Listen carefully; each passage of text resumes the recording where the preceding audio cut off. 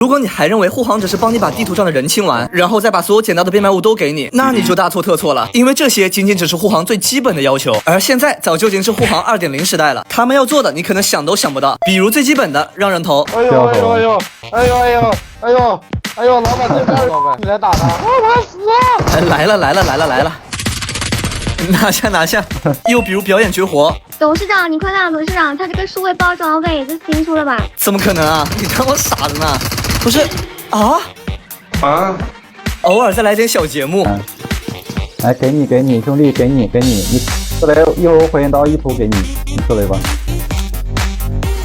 想不想要火焰刀？想要就出来呀。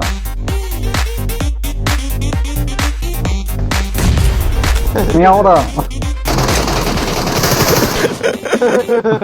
偶尔再来点小惊喜。我的哟，这原来是个大金光呀！你猜是什么呀，老板？